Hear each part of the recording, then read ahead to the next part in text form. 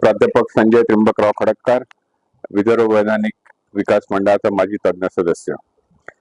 महाराष्ट्राच्या इतिहासात पहिल्यांदाच मुख्यमंत्र्यांनी अर्थमंत्री म्हणून बजेट सादर केलं, त्यामुळे लोकांना फार उत्सुकता होती या बजेट विषयी।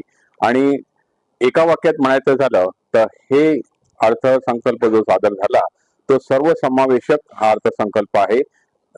समाजातील सर्व घटकांना न्याय द्यायचा प्रयत्न मुख्यमंत्री साहेबांनी किंवा अर्थमंत्र्यांनी आपल्या बजेटमध्ये मांडलेला आहे। या अर्थसंकल्पाचं वैशिष्ट्य म्हणजे माझ्या दृष्टीने की विकसित महाराष्ट्र 2070 हे डोळ्यासमोर ठेवून हा अर्थसंकल्प मांडला गेला आहे। जरी हा अर्थसंकल्प 1 वर्षाचा असला तरी विकसित महाराष्ट्र 2070 असा म्हणजे दीर्घकालीन ज्याला म्हणून टार्गेट डोळ्यासमोर ठेवून आणि त्या दृष्टीने मग त्यांनी पायाभूत सुविधांवर खूप मोठा भर दिलेला आहे। शेतकऱ्यांना निश्चितपणे दिलासा देण्याचा त्यांनी यावेळी प्रयत्न केलेला आहे। जवळपास 2 लाखाचं कर्ज जे आहे, पीक कर्ज जे असतं त्याला त्यांनी माफी दिली आहे।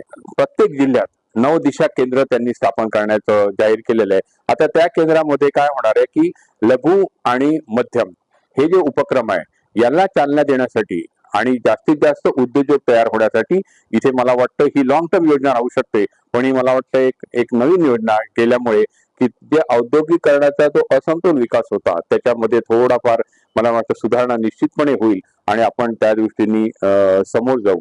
आणि पायाभूत सुविधांमध्ये असं झालं की आपल्या मी अकोल्यात राहतो, त्यामुळे अकोल्याचं सांगायचं की अकोल्यात त्यांनी विमान सेवा जी अपेक्षित होती त्याच्या विस्तारीकरणाचं त्यांनी बजेटमध्ये म्हटलेलं आहे। त्यामुळे मला वाटतं निश्चितपणे विमान सेवा ही अकोल्याला चांगल्या रीतीने पुढे चालू होईल किंवा लवकरात लवकर चालू होईल। त्याप्रमाणे जे 4 कृषी विद्यापीठ आहे महाराष्ट्राचे तिथे एआयच्या धर्तीवर म्हणजे एआय उपयोग करून या आपल्या विद्यापीठांचा फायदा घेऊन शेतकऱ्यांना एआयचा फायदा हा जास्तीत जास्त मिळाला पाहिजे याच्याकडे पण मला वाटतं त्यांनी एक चांगला भर दिलेला आहे।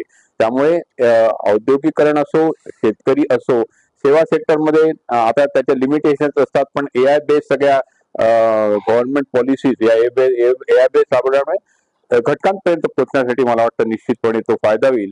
तर ही नवीन म्हणजे तंत्रज्ञानाकडे लक्ष ठेवून मला वाटतं बजेट सादर केलं, त्यामुळे निश्चितपणे मुख्यमंत्री साहेबांचं अभिनंदन करतो किंवा अर्थमंत्र्यांचं अभिनंदन करतो। एक चांगला बजेट त्यांनी केला पाहिजे दिला याबद्दल त्यांना आभार मानतो। थँक्यू।